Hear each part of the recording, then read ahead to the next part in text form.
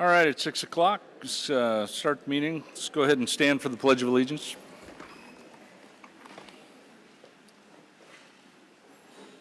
I pledge allegiance to the flag of the United States of America and to the republic for which it stands, one nation, under God, indivisible, with liberty and justice for all.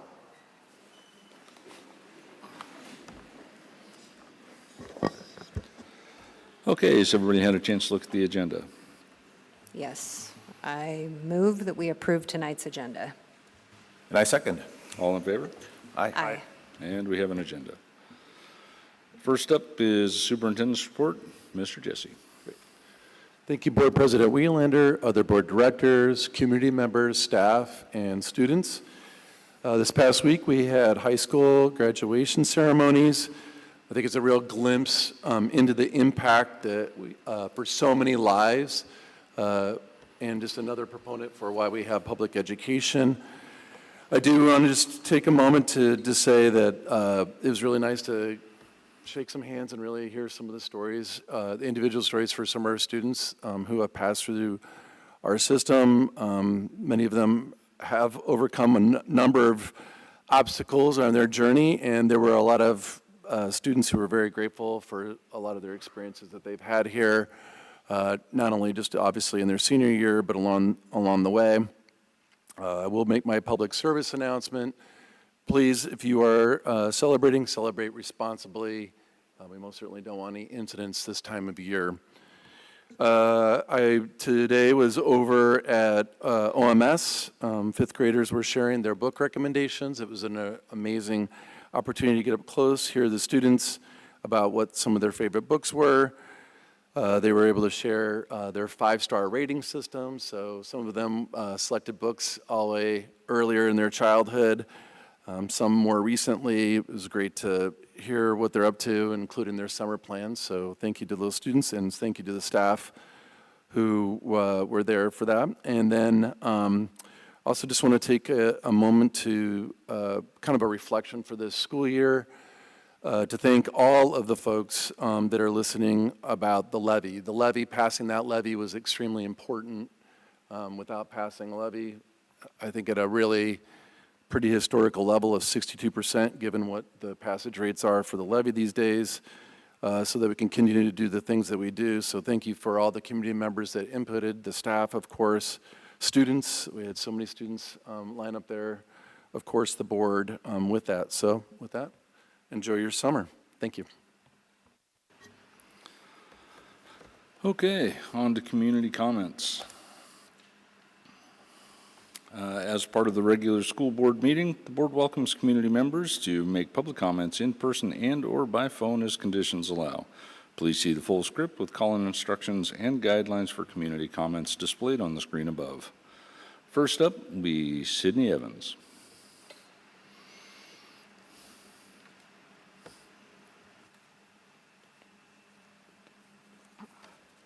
Hi, my name is Sydney Evans. I'm a mother with 2 children in the Shelton School District, and I also attended Shelton schools. As we wrap up the current school year and prepare for the next, I want to take some time today to advocate for and encourage the expansion of our music and arts programs.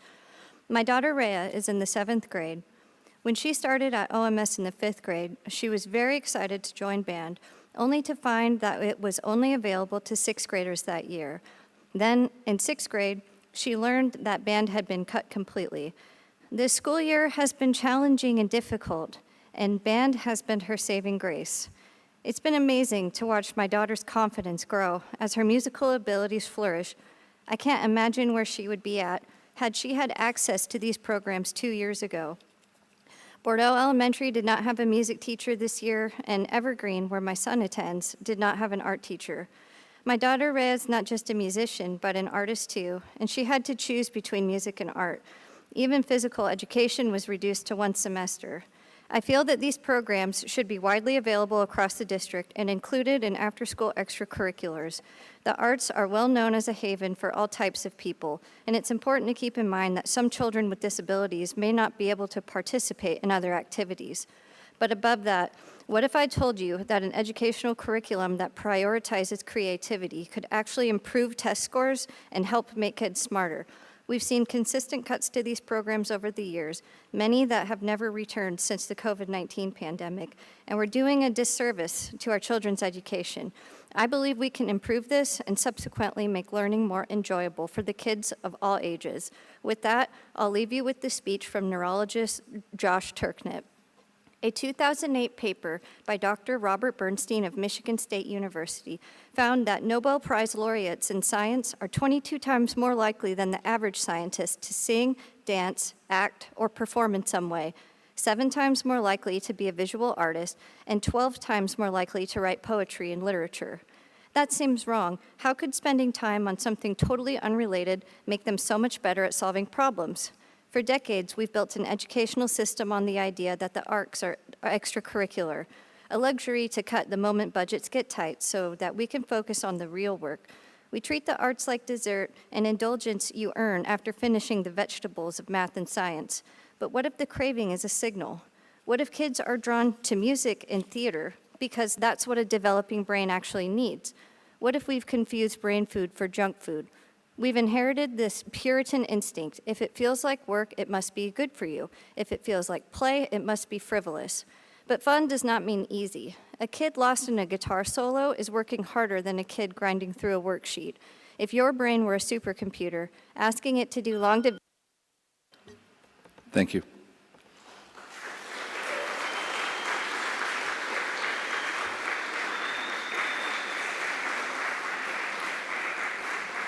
Reed Lender.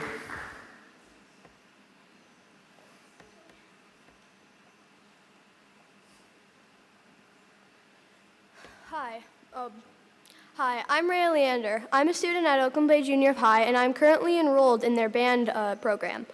Now, this entire school year has, like my mom said, been extremely difficult for me. I don't like a few teachers, and overall, it's a big change from the middle school, switching from a number grade system to a letter grade system. But one class in particular has helped me stay strong through the school year. My band teacher, Mr. Sanders, who is actually in the crowd right there, has made my experience through this school year a lot more enjoyable. Honestly, compared to past teachers I've had, some past music teachers, he's definitely helped me grow musically the most out of any teacher.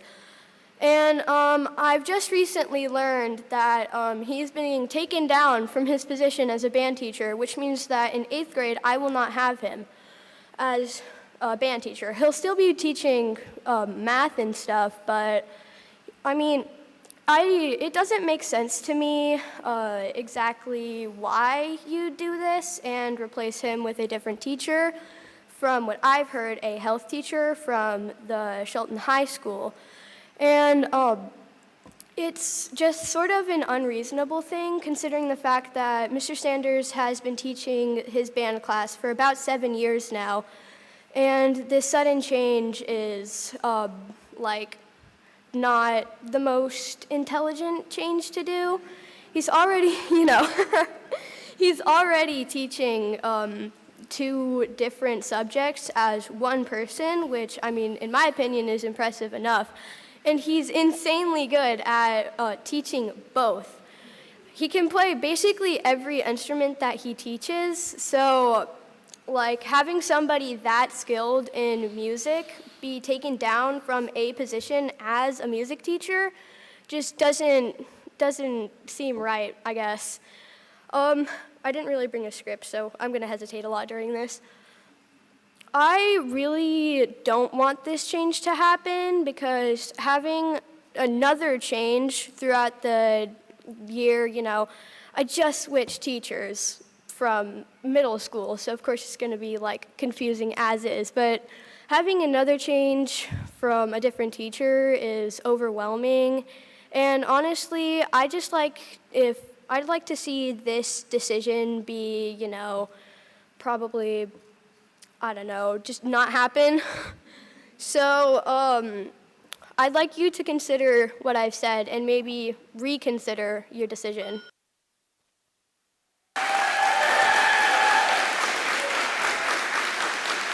Nick, thank you. Nick Sanders?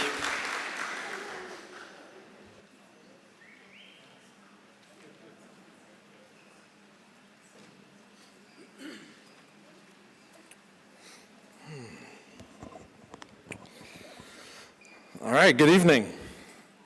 My name is Nick Sanders, and I'm here tonight representing 255 members of the Shelton Education Association. In the interest of maintaining a positive working relationship with the district, SEA members have asked me to speak on their behalf because nowhere else in this region have we observed such low trust between the staff and the district. In May, SEA leadership presented a survey that illustrates a climate in which teachers, counselors, and other certificated staff feel overworked, undervalued, and unsupported. These findings, along with candid, honest, and anonymous comments, were presented to Superintendent Jesse and Tabitha Whiting. Staff morale remains low. The district budget crisis came with a direct cost to the people working here, much like it has for Shelton students themselves. Staff have experienced significant changes, formal reductions in force, non-renewals, resignations, and staff displacement, all while navigating the lasting effects of COVID, increased student needs, and an ever-changing economic landscape. Many educators have also expressed concerns about changes to evaluation practices and increased levels of oversight that are more punitive than supportive. The impact these changes have had on trust, morale, and employee retention are serious. Whether intended or not, these experiences have shaped staff perceptions, and we believe there's an opportunity to strengthen the culture through collaboration and partnership. In a school district, a collaborative, trusting relationship between district leaders, community stakeholders, and staff has an extremely positive impact on students and their ability to learn and thrive. We want to help simultaneously strengthen both the working conditions of Shelton School District employees and the learning conditions of Shelton students. As such, we present to you the areas of strength and opportunities for growth that SEA members identified as in an effort to strengthen the Shelton School District culture. Superintendent Jesse is committed to Shelton students. SEA members believe that he wants the district to succeed. We appreciate his support in supporting students receiving special education services, improving literacy rates, and ensuring the Shelton levy passed. SEA members consistently highlight trust, communication, and collaboration as areas where staff believe improvement is needed. Open communication, honest collaboration, and a shared understanding of needs with staff as real contributors will help us create trust. Tefra Brun will finish the statement. Thank you.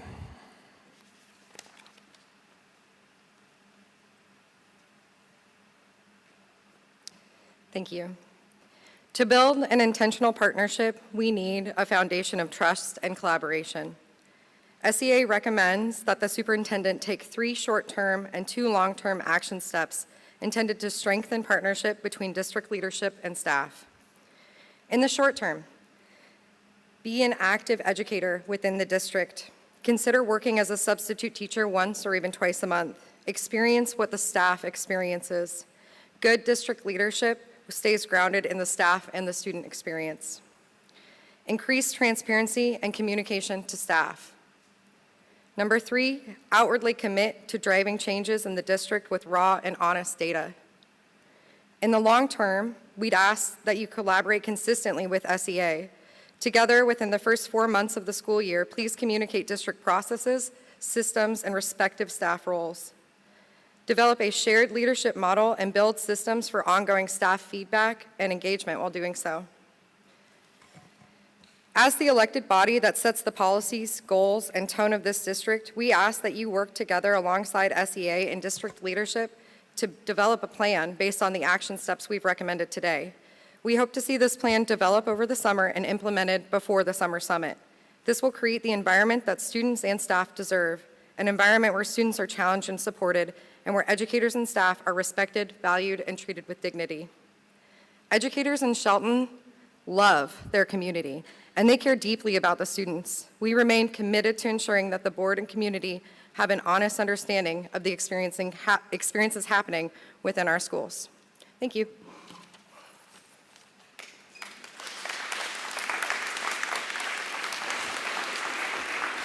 Cheyenne Anderson.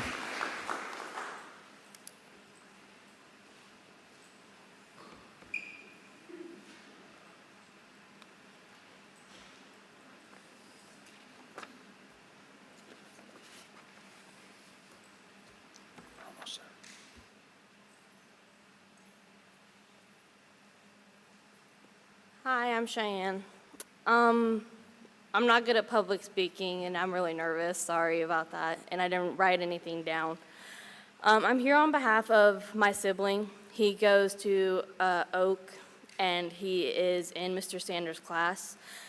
And he's come home this year every day almost and had something negative to say about his school. My family has been there several times to talk to the counselors and stuff. Because of the stuff he is going through there, being bullied by other teachers and other staff.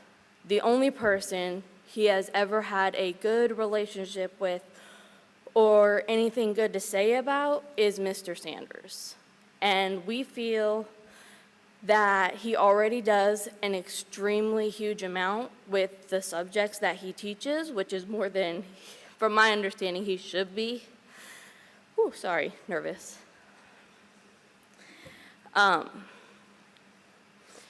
He also went to school for specifically being a band teacher. To take that away from somebody seems wrong. It seems unfair and unjust.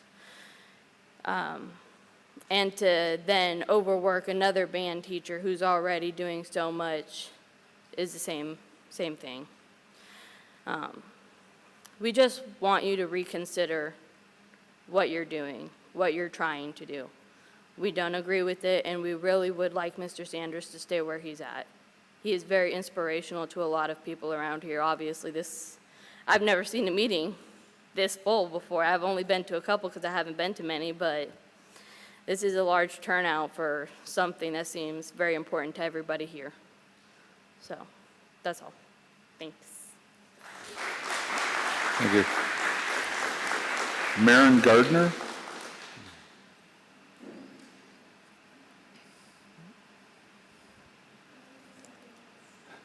And Trinity Schutt? Okay, all right.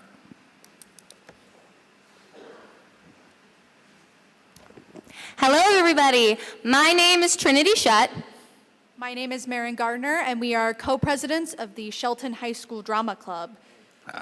We would like to represent some of the positive experiences that we and other students have had with the Performing Arts Center. First, our band, run by Mr. Lawson, is a huge aspect of every school event, including football, basketball, and our recent graduation.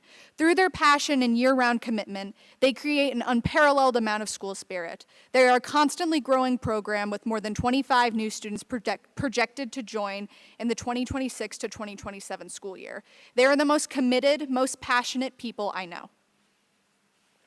Another important program ran in our Performing Arts Center is our choir. Choir reigns as one of the best introductions to many different types of music education. It is the place where students build confidence as well as a tight-knit community. With overwhelming student feedback about the program. One example includes this student who states, much like theater and band, it is a way to express ourselves and be able to show our talent. It is a place people go to be themselves and give them opportunities to voice their opinions.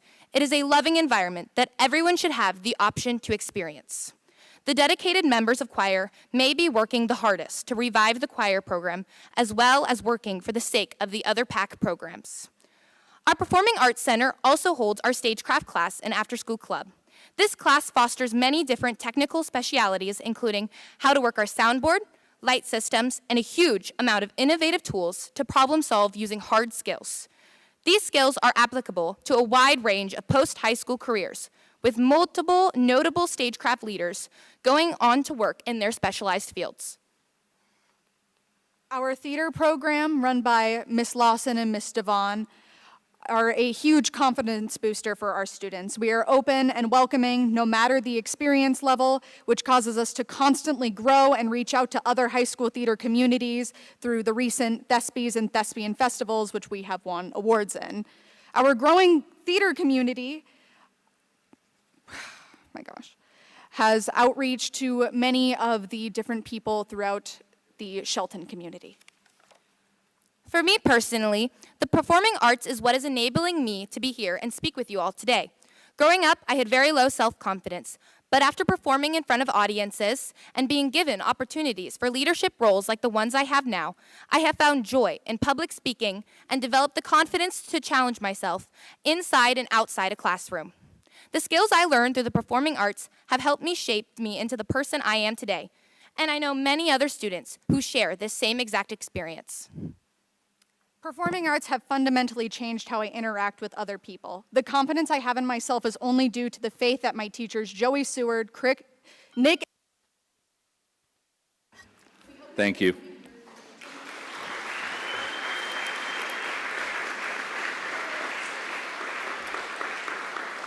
Pamela Brewerman.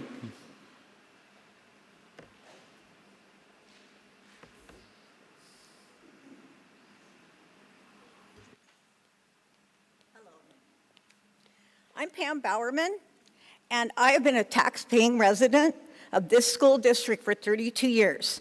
I've supported every levy and bond without exception. I've trusted this district to do the right thing with my tax dollars, until now. A few weeks ago, I attended a music concert at the high school, and I was very disturbed to find out that the music and theater programs are being threatened with additional budget cuts. A fundamental human need is to belong. A student fulfills this need by being on a team, in music, theater, in a club. If you cut these programs or make them largely inaccessible, those students still need to belong to something. And that something may not be a positive influence, such as gangs and drugs. Music and art are life-saving for some kids, and I mean literally life-saving. Yet I fear this district views these programs as expendable, which I find unacceptable. It's the obligation of the school district to meet the needs of each child, allowing them to shine and giving them opportunities to learn and grow their talents. Okay. Our students need music as a place for success, expression, and as an outlet to keep them looking up, forward, and away from deep depression or suicide. It's a tragedy that our most fragile citizens, our kids, are given less and less, even though the educational process, due to funding and budgeting, that in my opinion often prioritizes areas which don't directly impact students. I looked up the school district financial records. 1/8 of this district's budget is dedicated to district-wide support. Many six-figure administrative staff received raises from 25% to 75% in the last 4 years. I don't have the necessary data to make any real informed conclusions on what this means. And as a result, I encourage the district to explore cuts to administrative expenses and non-teacher salaries instead of targeting programs and people who directly impact students. As a 30-year, now retired employee of the state Senate and a former high school business teacher, I am very aware of the struggles confronting public education today. I also know how budgets are negotiated, and if something is deemed important, it will get funded. Music, theater, and other creative arts are crucial programs whose value can't be measured by test scores or trophies, but by something more personal and life-changing. They aren't expendable, and neither are the children who have a passion for them. Thank you so much. Thank you. Molly Ferber.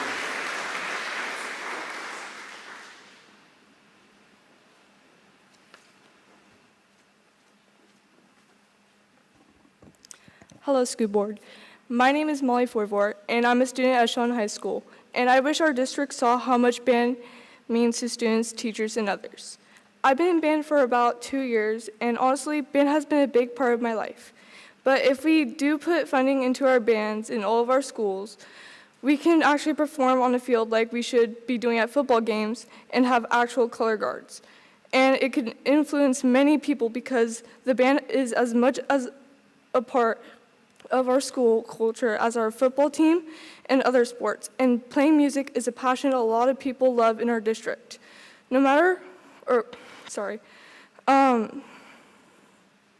Being in band isn't easy, but it's fun. We don't put countless hours onto instruments for no reason. Most of us see us using our instruments for our future careers, and I feel like most of you guys do not see a reason to also support the kids who want to be composers, directors, orchestrators, or even make music themselves. And our funding can go to a variety of things such as color guards, new uniforms, bringing types of ensembles back like jazz or even orchestra, to repair broken instruments, and to afford new music for our students. In many other schools in our district, it's really hard to pursue music, especially in our junior high and middle school. How come OMS doesn't even have a band or choir? And why doesn't OBJ have a choir? Because I feel like all kids deserve and be able to have passion for music no matter what grade. Everyone deserves to have compassion for an instrument or for their voice. Music is actually classified to help improve students' mental health, and it was a big help of mine. I was struggling to find something that I wanted to pursue, and when I joined, band was my life. I couldn't have gone better until now, and I want students to see that about band as well. I want others to love band as much as I do, and I see that our work pays off. I want to speak for the ones who couldn't be here tonight, that us band kids need more from you guys. We want to be talked about. We want our music to be heard. Is that hard to ask for? But this isn't all about the money. It's also about your presence. Me and our band go to parades to represent our school and spend hours at rehearsal for concerts, but I pay attention, and I haven't seen one of you guys come. I would like to see you show up for our concerts too. And Mr. Sanders encouraged me to join band when I was in middle school and when choir was cut. He helped me find an instrument that I loved, and I want him to stay as a teacher at OBJ. Thank you.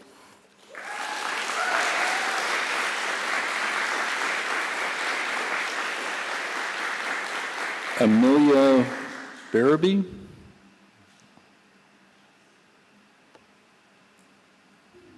Feel free to correct me if I got that wrong.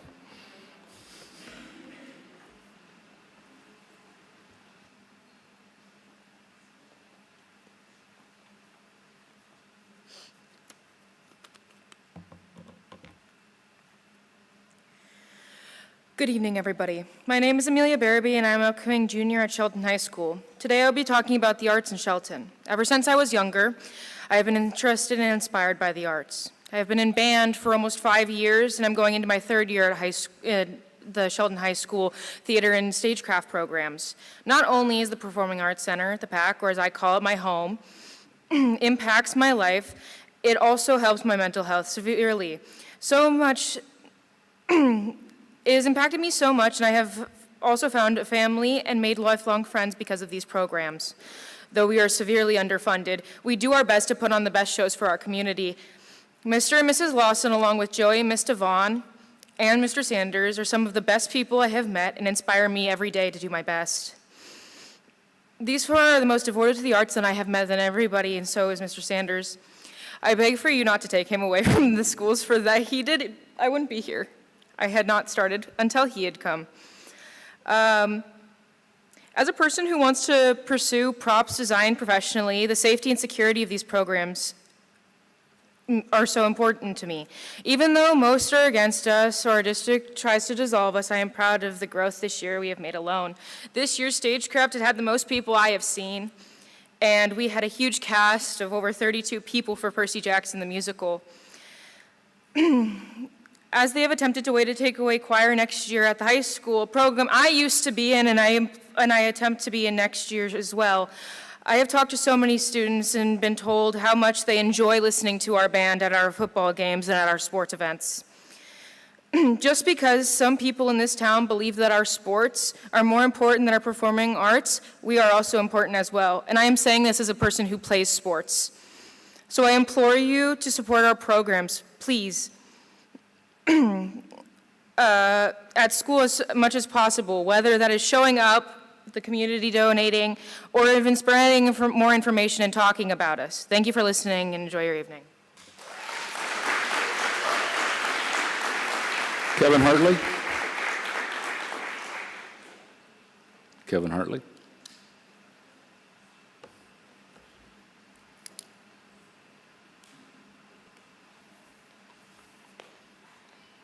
Hi, I don't think I have time in 3 minutes, so I'll try to pick and choose here. Whenever a school district faces budget cuts, music is among the first things on the table. And whenever that happens, advocates for music education reach to the same set of justifications. Music improves test scores in math and reading. Music teaches discipline. Music builds teamwork. Music keeps kids out of trouble. These things may be true, but there's a deep problem with each and every one of them. And it's the same problem. They all justify music by pointing to something that isn't music.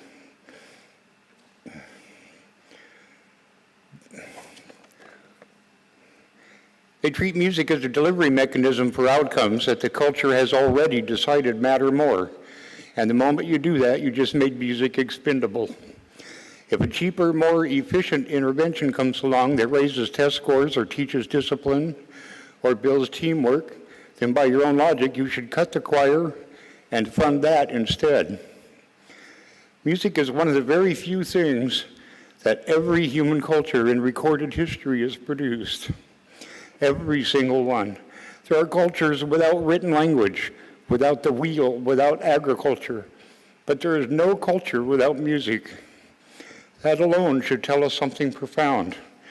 Music isn't a luxury that civilizations add once they've handled the basics. It is one of the basics. It's woven into the fabric of what it means to be human. Music may be one of the oldest forms of human communication we have. When a community cuts music from its schools, it isn't trimming a luxury. It's removing one of the few spaces where young people learn to do something together that isn't competitive, isn't graded on a curve, and isn't primarily cognitive. It's one of the only places in a school where a teenager is asked to feel something and express it honestly, where a kid who struggles in every academic class might discover they have a gift. A school music program is one of the few remaining things that brings an entire community into the same room. Concerts, musicals, performances. In an era of increasing isolation and fragmentation, these gatherings aren't trivial. They're one of the last forms of shared cultural life that many communities have. The reason levies fail and music programs get cut is not ultimately about budgets. It's about a culture that has lost track of what education is for. If education exists only to produce workers, to raise test scores, or improve economic competitiveness, the music will never be safe because music doesn't serve that purpose. Thank you.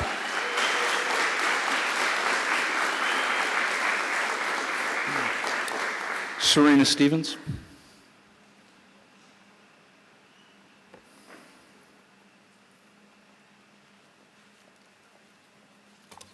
Hello. Inspire, challenge, empower. That's Shelton School District's values, right? It's on the logo, it's everywhere. It's put on everything. Music, arts programs, that embraces every single one of those values. Inspires, challenges, and empowers. Due to all these cuts, every single year, why is music the one that gets hit the most? Performing arts get hit all the time. It feels like soon all we're gonna have left in Shelton are the core subjects and sports. And that's it. Where's that leave the other students that aren't athletes, the ones who thrive in these schools because of the performing arts? The first time my youngest daughter went to a junior band night when she was in 5th grade at the high school, she came home with tears in her eyes and said, "Mom, I found my people." And I said, "Yeah, you found your people?" And she said, "Yeah, they're a little weird like me." So that's kind of our little joke. These are her weirdos. These performing arts, the music kids and the theater kids, those are our little weirdos. We need to embrace all of those little weirdos. And I say that with all the love. I hope you guys know that. Because of fantastic music teachers like Miss Capo, who's gone. We cut her. Mr. Sanders, who we're talking about reassigning. Mr. Lawson, who she's had the opportunity to get to work with as well, even in 8th grade, who I hope is still going to be here for her high school. She's going into high school next year, and she's terrified, absolutely terrified that she's not going to be able to have her entire high school career with music and theater, because those are her people. Those are so many of these students' people. And I feel like so often we forget because, well, the athletes are the ones that, look, they made the front page, right? Well, guess what? The theater kids did too. It just might not have been as sparkly as, oh, look, the football players, okay? But let's think about these theater kids and these band kids. Those are the ones who are taking this stuff and are going places. I hate to tell you, the sports kids, like 0.2%, I believe was the statistic, actually go on to be professional athletes. But so many of these music and band kids, that is where they're gonna thrive.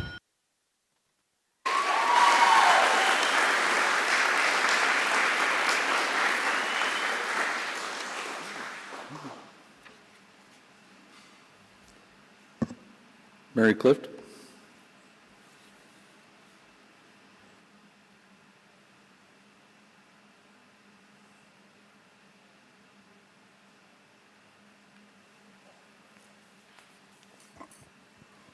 Good evening.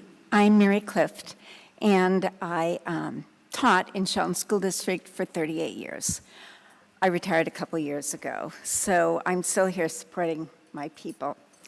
I was asked tonight to read something from a parent that couldn't be here, so I'm going to read the parent's quick note and then from the student.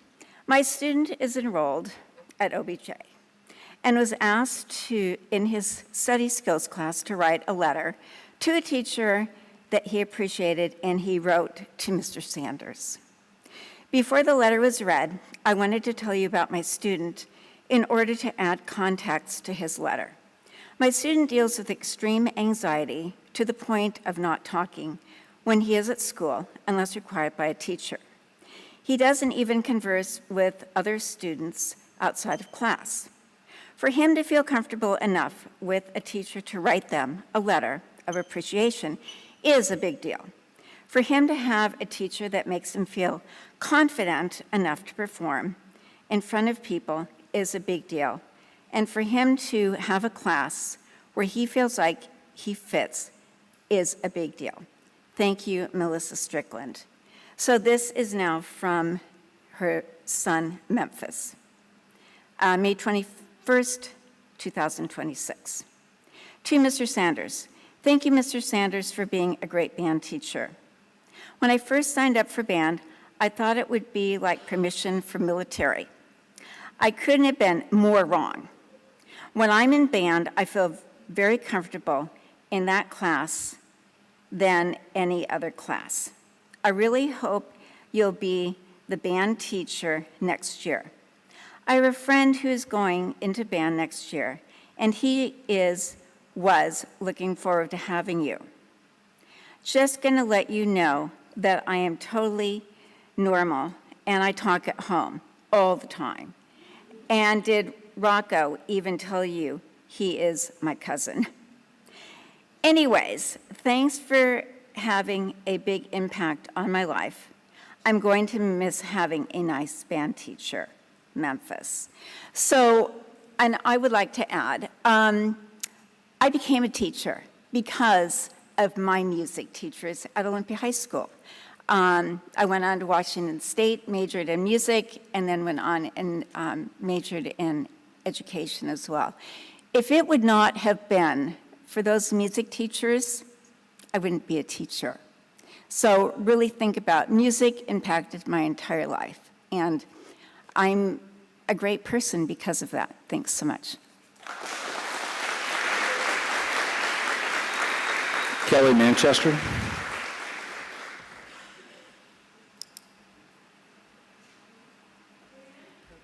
Kelly Manchester. Oh, well, it's good to see you. Thank you. Carissa Wells, gotcha.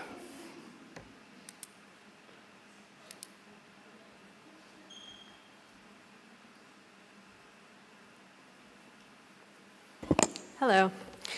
My name is Carissa Wallazek. Some may know me as the unicorn.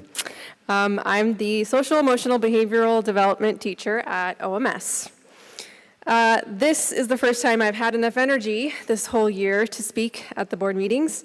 And that being said, today was a whirlwind and I am so exhausted. I'm proud of myself for even being here. My message is simple. The EBD world needs more care and consideration from the board and the superintendent. We don't need unannounced visits, only interacting to ask if I have access to the academic curriculum.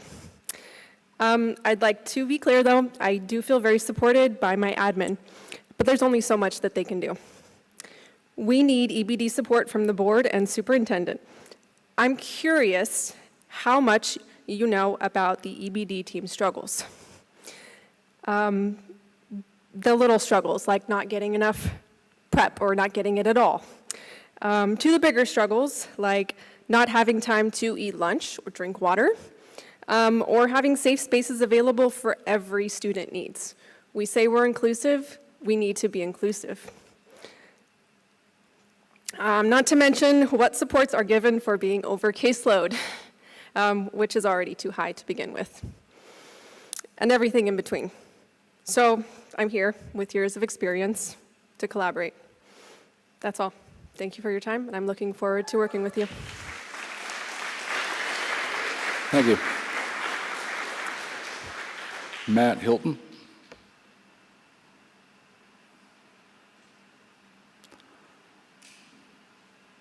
I'm guessing at the name. It looks like Matt Hilton. M.H. something. Okay. Lori Chappell. That I know I got right.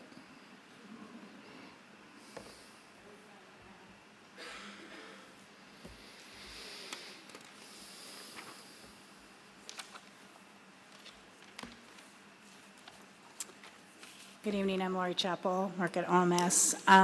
This has been on my heart for a long time, and it might seem to some of you kind of weird that it's coming out tonight.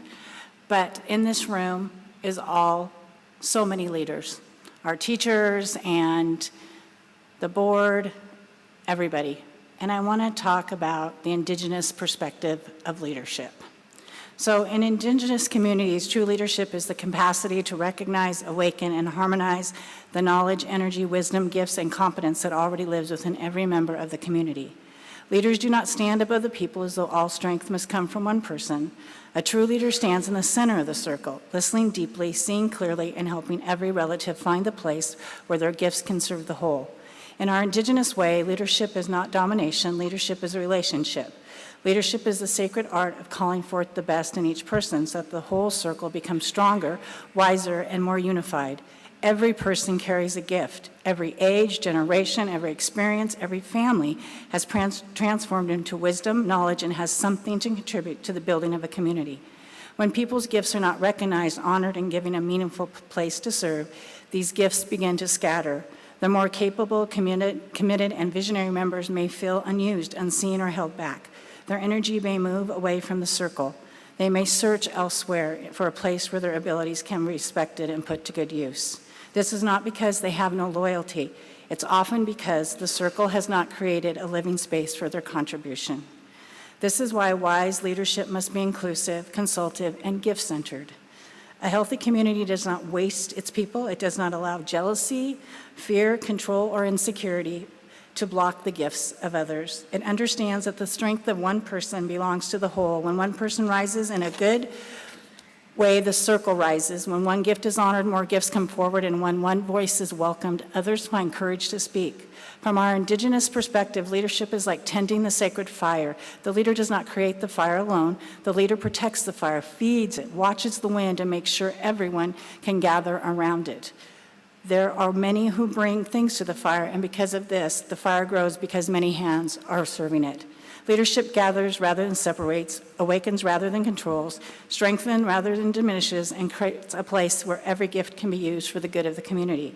And this way, the community becomes a living circle of purpose.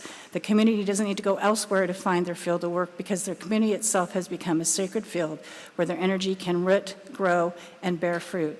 In this way, leadership becomes not the power of one, but the awakening of many. It becomes the path by which we unite our community, restore our relationships, and move together toward the fulfillment of our sacred responsibilities. And those who know me know that I'm a bridge builder. That is an influence probably of Miss Little's son. Thank you.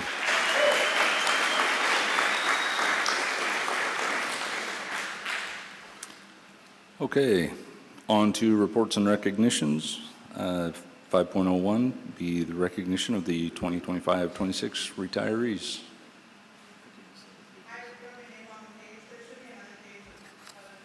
I got 4 pages here, unless I missed one somewhere. Nope, I've got check marks by every name of every page I got given. Is there another?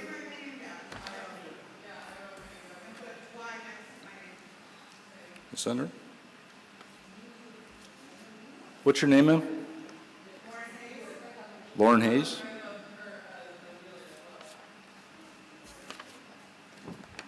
Am I missing a page? 4 pages. I got all 4 pages. I got all 4 pages. I promise.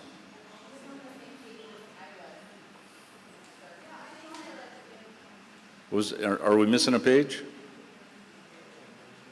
Something on the floor over there somewhere? Rich, could you look for me?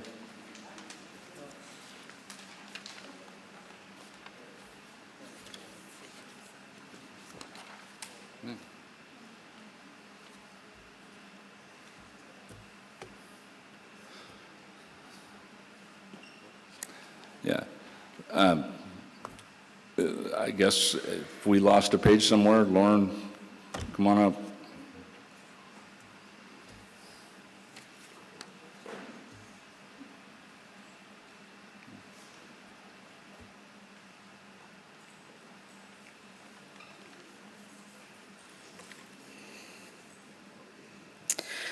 First, I want to say thank you to Mr. Jesse and to the school board for being so supportive of my program this year, and to the students who have worked so hard and derived so much joy in their learning and performing. I truly appreciate all the kind words I've received from so many of you. It is a joy and a privilege to work with such wonderful students and to see them grow and take their music education beyond my classroom as they've gained confidence within my program. When I was hired in Shelton, I was excited to learn the history of devoted music teachers who served our community and the opportunities that have been offered to those students. I've heard so many students who have gone on to have music careers as teachers, audio recording specialists, and performers, and so many alumni who otherwise still deeply value music in their lives. Today, I want to bring to your attention a growing concern I have for the longevity of the music department, kinder through 12th grade, here in the Shelton School District. Currently, music is not offered at Bordeaux Elementary. No ensembles or continuous music classes are offered at the middle school. The choir program at OBJH was canceled, even though 35 students had signed up to take that year-long course. And as Mr. Sanders has been asked to teach other subjects, he has been unable to offer additional music courses that would help grow his program.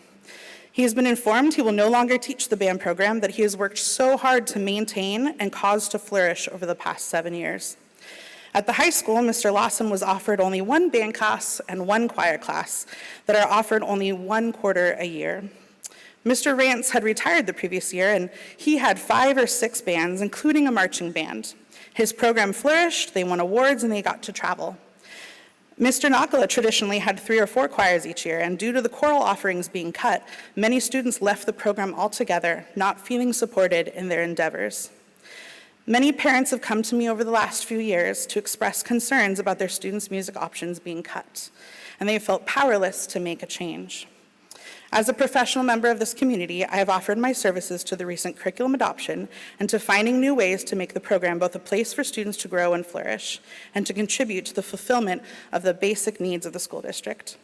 It is my hope that going forward we can partner together to find better ways to help the district's kinder through 12th grade music programs succeed.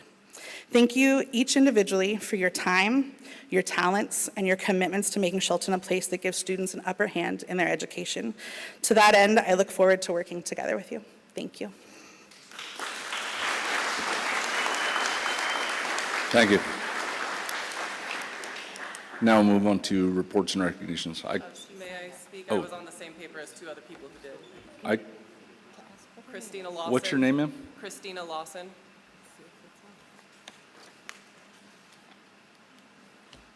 I was above Amelia Barabi, or sorry. Yeah. Yeah, I called you at some point. Oh, I am so sorry. I missed the announcement. If I may speak, thank you. Go ahead. My name is Christina Lawson. I'm the drama director at Shelton High. I'm speaking on behalf of the Performing Arts Center and its programs. I've not been here long, but the 2 years I have noticed the performing arts programs at the largest high school in this area have been systematically cut down despite growing interest in all of them. Before working at Shelton, I worked as technical director and stagecraft teacher in Oakland, California, in the 2nd largest school district in the state. Against budget cuts and being laterally moved into core subjects as necessary, my performing arts colleagues and I fought in our program for our students to have access to performing arts classes. I rebuilt a stagecraft program from a club to 2 classes and fundraised money to produce a musical for the first time that school had seen in 7 years. I was so excited to move to a supportive district only to find that we faced so many of the same fights. When I interviewed for my position here, I was shown and told about the performing arts programs offered here, and I was thrilled to be joining a community that clearly supported the arts and education. With several job offers, I chose to come to Shelton because I was so impressed that despite facing the challenges of a Title I school in a rural area, they supported the arts. I thought if they had all this and a school in the heart of the performing arts-centric city of the Bay Area didn't, they must be doing something right. But when I started here, I was faced with, we had to cut some due to budget cuts, but we'll help you get those back next year if you have the enrollment. Then despite passing the levy, choir was cut from year-round to 1 trimester. Theater 1 and 2 merged into 1 class, also cut down to 1 trimester. And then broadcasting class, gone. Wind ensemble, gone. Jazz band, gone. All these despite students asking for these programs, our admin asking for these classes on our behalf, and yet we still lose courses. I came to this district because I wanted to continue to make a difference, to show you don't have to be rich to be a part of the arts. Right now, only a small portion of our students have access to a community that lets them explore and find their voice and creativity. When asked about why the choir and theater courses were cut, I was told students seem to be getting their fulfillment from the after-school program, so we don't need it during the day. But I'm so incredibly proud to be a part of the after-school program of Thespian Troupe 831, Drama Club, and Stagecraft. We competed for the first time and placed in top 2 categories, with 2 students going to nationals in Indiana in just a couple weeks. We made over $5,000 in ticket sales in our spring musical. We brought Missoula Children's Theater back to Shelton. We put on if I do say so myself, a kick-ass talent show this year. And we couldn't have done this without performing arts classes. After-school programs are simply not enough. We need to do both. An after-school program is a job in itself, but still, students need access to both during the school day and after school to not compete with their already full schedules or their other commitments after school, whether that be jobs, sports, taking care of families. It doesn't have to be one program or the other. It can be both. Please, I come to you as a public school teacher, performing artist, and excited new community member. Support the arts. Thank you.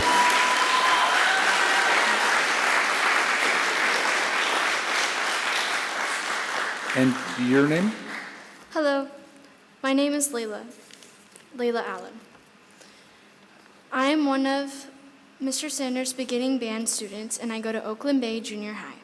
I'm here to speak for Mr. Sanders' position as a band teacher for both 7th and 8th graders. If you know me, I'm not one for school. In fact, I'm going to be honest and say that this year was not my best year. But I could say that Mr. Sanders and I have a good bond, and he understands me deeply. And I would hate for a different band teacher. Mr. Sanders is patient and funny and good at teaching, so much so that we won 2nd place in the parade for best sounding and looking band. Thank you for your time and listening. I hope you can take into consideration and keep Mr. Sanders as the band teacher. Thank you. Thank you.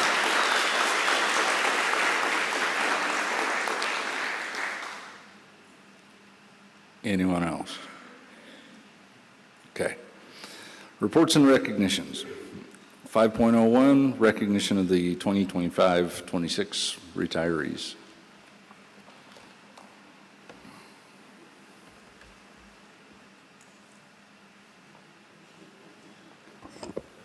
I'll ask our retirees and those who are recognizing to come on up.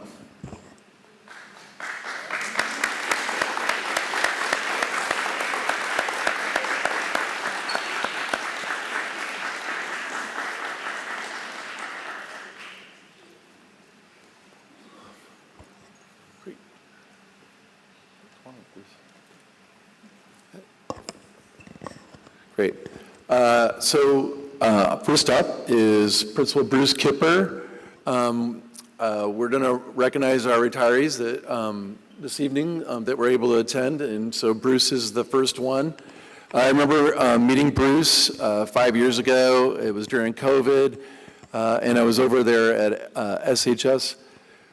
So we're touring around the school, and Bruce, I'm like asking a bunch of questions, like why you're here, what's going on, and some of the story that Bruce was able to tell me was he was coming from Arizona, and I was like, oh my gosh, like all those things, and you've decided to come up here and dedicate yourself to the students. Bruce went on and on, even after just 1 year, and he had not met really the staff members physically in person, so for that year, so because it was April, and he was already could see the pride that he had in being the principal at Shelton High School.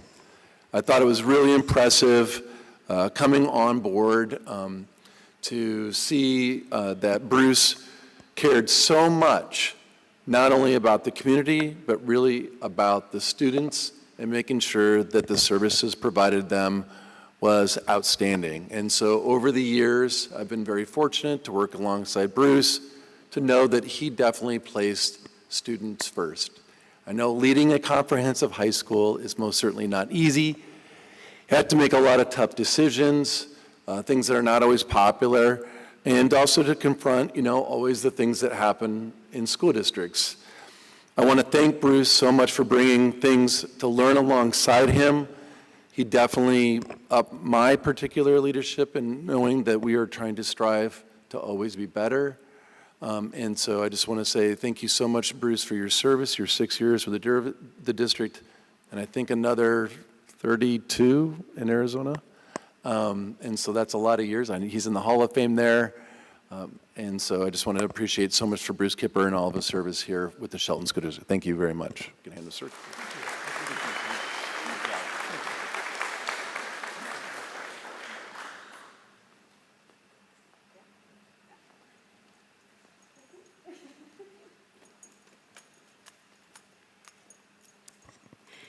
Good evening.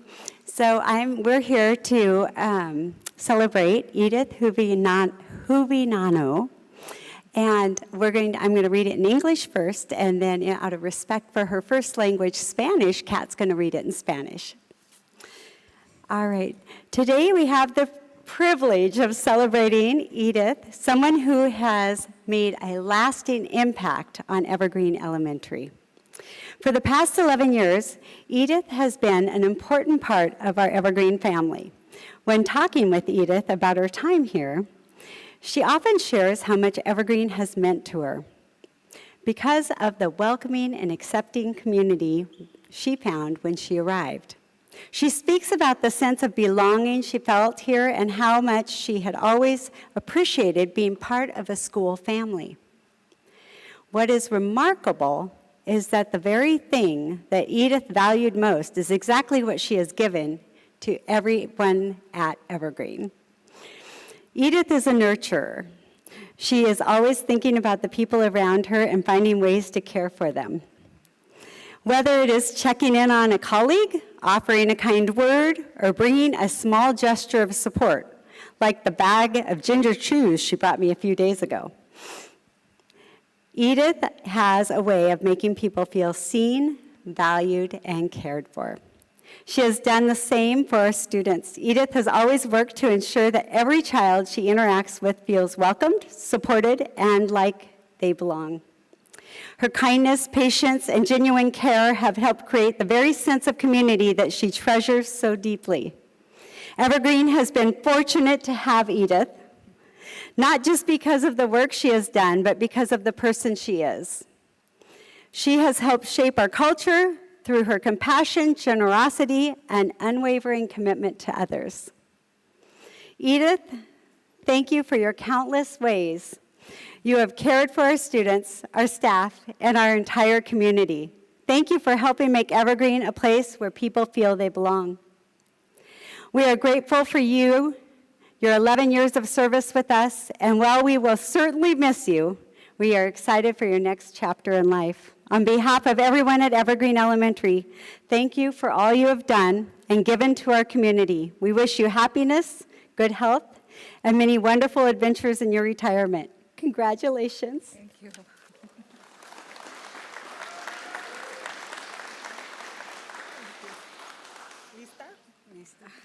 Ok, Edith. Hoy tenemos el privilegio de celebrar a una persona que ha dejado una huella duradera en la escuela Evergreen, Edith. Durante los últimos 11 años, Edith ha sido una parte importante de nuestra familia de Evergreen. Cuando conversa sobre su tiempo aquí, a menudo comparte cuánto ha significado Evergreen para ella debido a la comunidad acogedora y solidaria que encontró cuando llegó. Habla del sentido de pertenencia que sintió aquí y de lo agradecida que siempre ha estado por formar parte de nuestra familia. Lo más especial de esto es que Edith lo que valoró es exactamente lo que ella ha brindado a nosotros todos los días. Es una persona que cuida y nutre a quienes la rodean. Siempre está pensando en las personas a su alrededor y buscando maneras de apoyarlas, ya sea preguntando cómo está un compañero, ofreciendo palabras de ánimo o con un gesto de amabilidad, como el pedazo de pastelito que me trajo ayer. Edith tiene una manera única de hacer que las personas se sienten vistas, valoradas y apreciadas. También ha hecho lo mismo por nuestros estudiantes. Siempre ha trabajado para asegurar que cada niño con quien interactúa se siente bienvenido, apoyado y parte de nuestra comunidad. Su bondad, paciencia y cariño han ayudado a crear precisamente el sentido de pertenecer que tanto aprecia ella. Evergreen ha sido afortunado de contar con Edith, no solo por el trabajo que ha realizado, sino por la persona que es. Ha ayudado a dar forma a nuestra cultura escolar a través de su compasión, generosidad y compromiso con los demás. Edith, gracias por las innumerables maneras que ha cuidado de nuestros estudiantes, nuestro personal y toda nuestra comunidad. Gracias por ayudar a hacer Evergreen un lugar donde las personas se sienten que pertenecen. Estamos profundamente agradecidos por tus 11 años de servicio, aunque sin duda te vamos a extrañar. También estamos emocionadas por este nuevo capítulo de tu vida. En nombre de la Escuela Evergreen, gracias por todo lo que has entregado a nosotros. Te deseamos felicidad, buena salud y muchas experiencias maravillosas en tu jubilación. Felicidades. Gracias. Todo este año lo seguro para mí.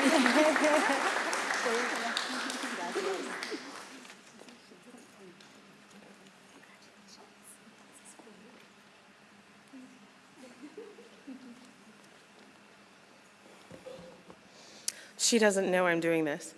But I wanted to take a minute to recognize Kathy James and her 38 years of service here in Shelton, Washington. I told you I wasn't going to let you go, but I guess I actually have to. Her service here at Shelton High School, I started in 2020, and I didn't actually get to meet her in person until the year after, but I felt like I already knew Kathy just from our Zoom meetings together. You can always find where Kathy is in a room. She's constantly interacting with those around her with her jovial personality and her inquisitive mind.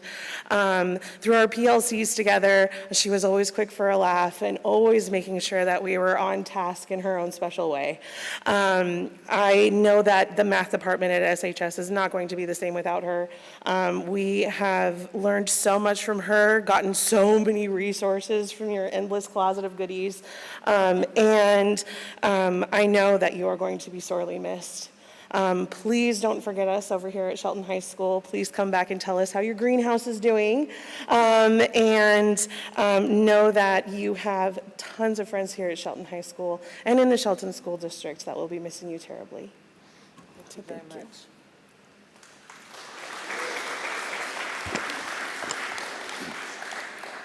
Good evening. I just wanted to take a couple of minutes to talk about Kathy also. Knowing Kathy, I have had the privilege of supervising or being the liaison, admin liaison with the math department for a few years. And this year in particular, the math department took on the challenge of trying to see what we could do to increase the number of freshmen that passed algebra the first time they took it. As you know, algebra is a really tough subject for our students, especially at the 9th grade level. And teaching is very hard. It is not an easy job nowadays with all of the multitude of things that we ask our teachers to do. Kathy, the best thing I can say about Kathy, and I do say this from the bottom of my heart, you're a bulldog. Like, if you want something done. I went to Fresno State, I am a bulldog. Okay. And I didn't even know that. They rubbed off well on you then. If you want something done, if you want a student to succeed, you put them in Kathy James's class. I can't tell you how many emails I got from Kathy. Where's this kid at? Go find this kid for me. This student needs to be in my room during lunch. And we started meeting every Friday with the algebra teachers, and Kathy would come down every Friday during her planning period. And I knew I didn't have to do anything because she was going to bring me all the information I needed. And she was going to have notes on every single kid in her class that was not being successful and what she was doing to make sure that they were successful. The last bit of information I got from you, I think she had one student that was not passing her class third try, and that student had attended school less than 50% of the time. Every other student that she has in her 4 classes was passing. And that's all because of your work. So we're going to, well, I can't say we're going to miss you because I'm not going to be there. But they're going to miss you tremendously at Shelton High School. And you have certainly left a legacy behind. Thank you. Yep.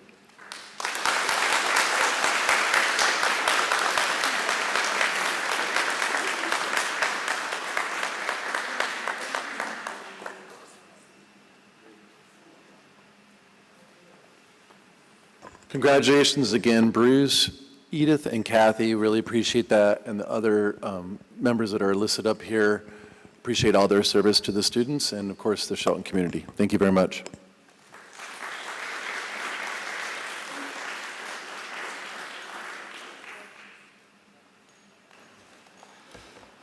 Up next is Shelton Promise with Chelsea Cornwall Brady and Monir Fatimi.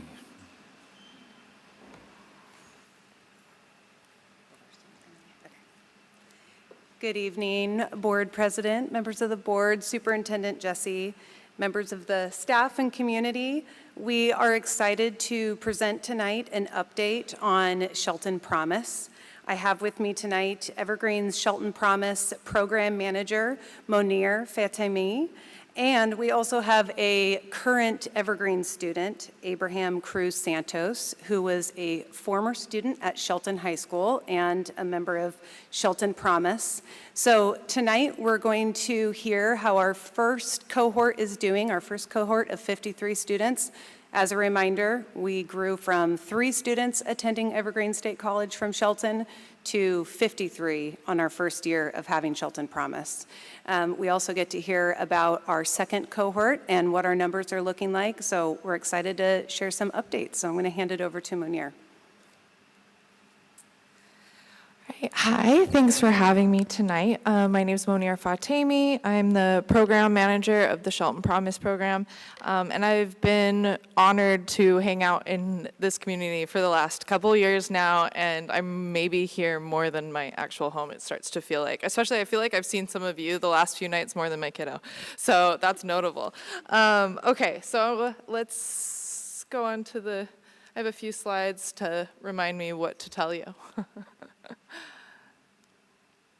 All right, so last year we started the pilot program. So it was a 2-year pilot program. We kind of jumped in and said, I don't know, we only had 3 students come. Is there going to be interest? Is there going to be readiness? All of that. And this pilot has proved that it wasn't a readiness issue. It wasn't an interest issue. It was a need for a sincere invitation, some supports, and look what happened. So we had 53 new Shelton Promise students enrolling in 2025. This enrollment exceeded our initial projections quite a bit and demonstrated a strong momentum in building a college-going culture here that has been a priority of the district, and we could hop on that and support that. It reflects a deepening partnership between our communities. What seemed like 2 different communities, it didn't take long to uncover that on every street, in every household, there's some connection to Evergreen, and at Evergreen, in every office, there's some connection to Shelton. So it was just really uncovering that and highlighting it. But this is not just a retention initiative. We're not just trying to get students. We're trying to keep students, support students, and give them personalized support to realize their goals. So how's it going? All right, so this year, next slide. Our program impact. So over $350,000 of aid was distributed to those 53 students. That happened. That was both tuition gap fill and also to support and offset the cost of living. This was an average of $6,000 per student. It didn't necessarily work out that way for every student, but it was every student has tuition and fees, and then what are the things that students need, and kind of a need-based grant to support that. We have had exceptional retention rate and engagement. 99% of students retained from fall to winter. 93 retained from winter to spring, and these are significantly above traditional benchmarks. We are yet to see what will be for fall, but we have really strong the amount of students that have already registered, that are showing interest, that are committed to fall, we're going to continue these high retention rates. Some student highlights. So one of our students organized Farm Worker Justice Day on campus, which was hugely successful. We had a student just get back from her studying abroad in Greece. She sent me the most beautiful photo from the Parthenon and said, "Thank you, Shelton Promise. Thank you, Evergreen. I never thought I could be here." So that was so cool. One of our students became a mom, that's little Daisy May. One of our students, and that's also a previous Shelton student who is now the Shelton Promise intern. They are competing at UW there for our athletics program. Many of our students have jobs both on and off campus. I think 4 Shelton Promise students run our bookstore at the moment. So we're really seeing them grow confidence, skills, and it's really, really cool how we've seen them benefit our community. A couple more things. Oh, am I allowed to change it? Sorry, I'm like waiting for, there we go. Oh, here we go, thank you. Where do I point it?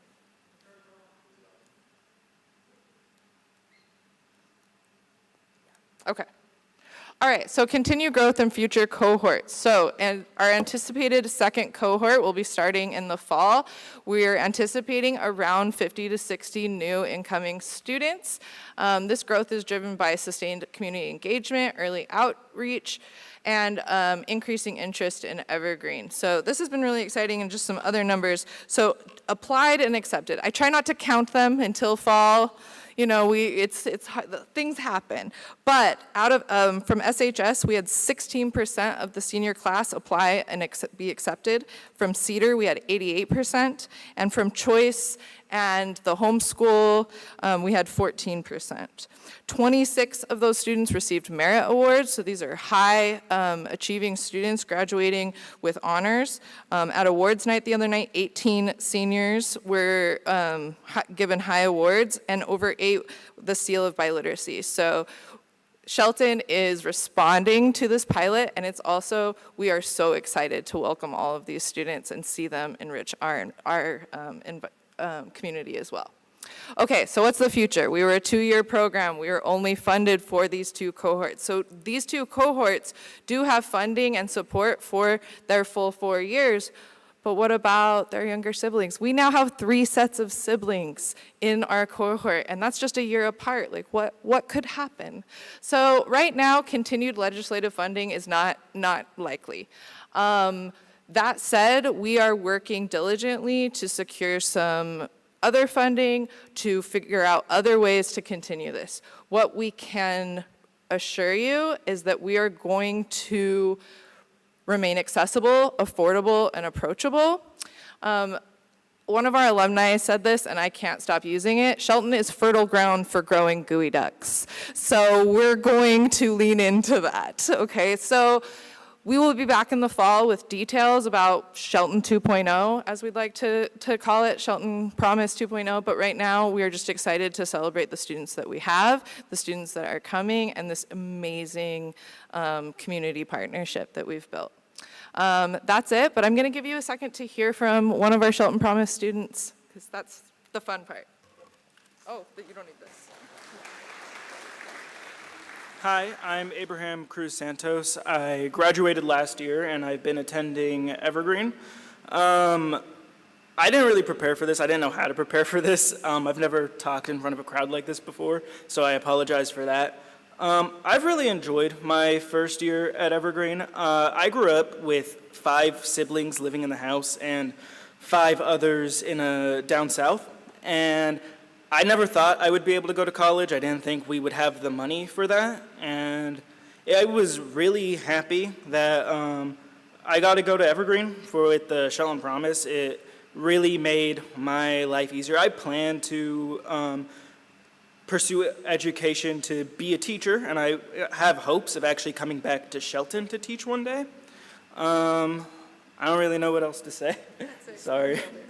Thank you. Thank you.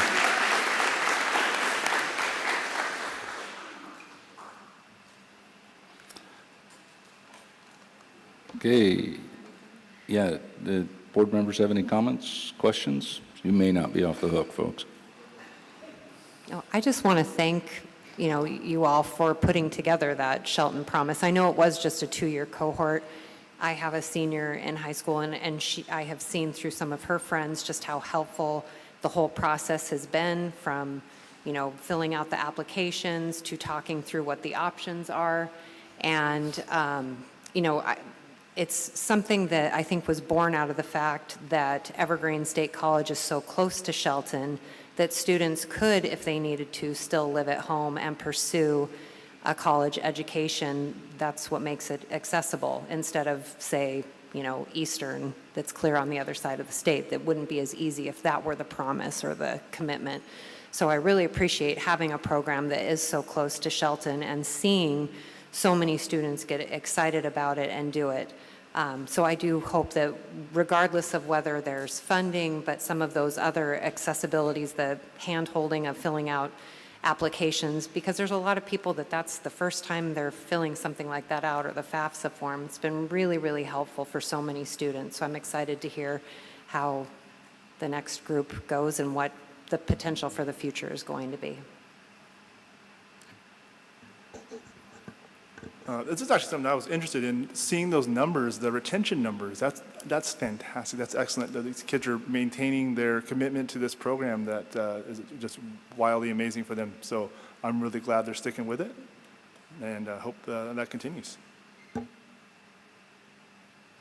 Yeah, I just want to say thank you for the information and the data we heard all about it, we got really excited, and then to see what this translated into year one and to hear again, hopefully next year. So we're excited to keep that information coming. Feel free to update us throughout the year, please. I guess the only question I have, I see you back in the back, is I know that congressional funding is not likely to be a continuation. They're cutting everywhere they can. But do you have any proposed avenues for funding things like this in the future? Sorry, I ran off. I didn't realize this part. So right now, because of the funding situation across the state, especially in higher ed, it just didn't seem like going to the legislature was going to be the best way.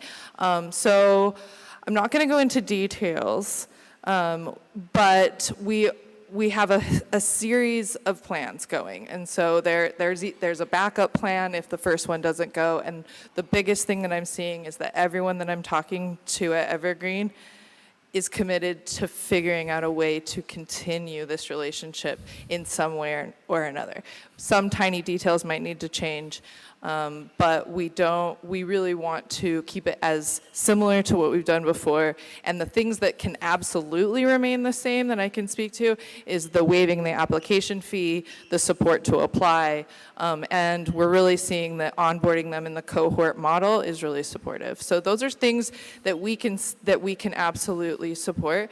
We've also seen that the numbers, a lot of why Shelton Promise works is because a lot of these students qualify for so much aid. So educating them, supporting the community to complete FAFSA and understand it, that is going to be something that will never go away and that we've seen the benefit of.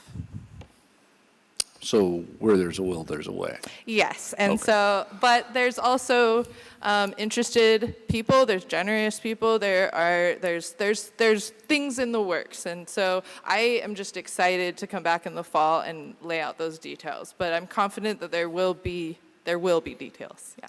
Okay. Yeah. Any other questions? Anything else? You're free to go now. Okay, next up, our entertaining as ever budget update with Clinton Sherman. I feel like I always have to follow the coolest thing possible every time I have to come up here. This is the standard kind of budget update about where we're at now and what we're planning for next year in some broad strokes. We'll have May's numbers for you at the next board meeting. At the end of April, our fund balance was $4.6 million, slightly outperforming what we expected. And we're still on track to hit our goal at $1.5 million. Again, that's a far cry from about the $7.5 million that we should have. That fund balance is really important we talked about this quite a few times, to absorb that economic down pressure that we're seeing, and we can make strategic moves instead of having to be reactive. So the importance of building that fund balance in a proactive stance to be able to continue our programs is just vital to the work. Our year-to-date average enrollment is 4170, which has been down. Again, for next year, we're budgeting 4135. Even though we're trying to expand some programs, we can't rely on those programs yet, as some of those are new, and so we're trying to be conservative in those estimates. At the last board meeting, we walked through what next year's revenue is expected to look like. We talked some broad strokes around the general purpose, what those were, how they were basically basic ed apportionment and general basic apportionment special education, which is different than state special purpose special education. We walked through those. We're roughly $85 million should be coming in next year. We've absorbed a handful of cuts from the federal government and the state. Those manifested in different ways throughout the system. Here's what we talked about last time with state revenues, federal revenues, and I know I'm going quick, but if you have questions about these, stop me anytime. This is what we talked about last time. So in a high 30,000-foot view for next year, just in simple terms, we know that education is a people-focused organization. That's how we get outcomes for kids, how we support kids best. So next year, 85% of our expenses for the overall budget will be people, and that's with their salaries and their benefits. And then 15% will be those materials, supplies, and operating costs. So contractual services, supplies, pencil, pens, curriculum, those sort of things. We'll get in much more detail of what these expenses look like at the next board meeting. I just want to talk about what this meant what this looks like in broad strokes and what it looks like for our fund balance for next year. And so we ended last year with negative 1.8. We should end this year with a positive 1.5.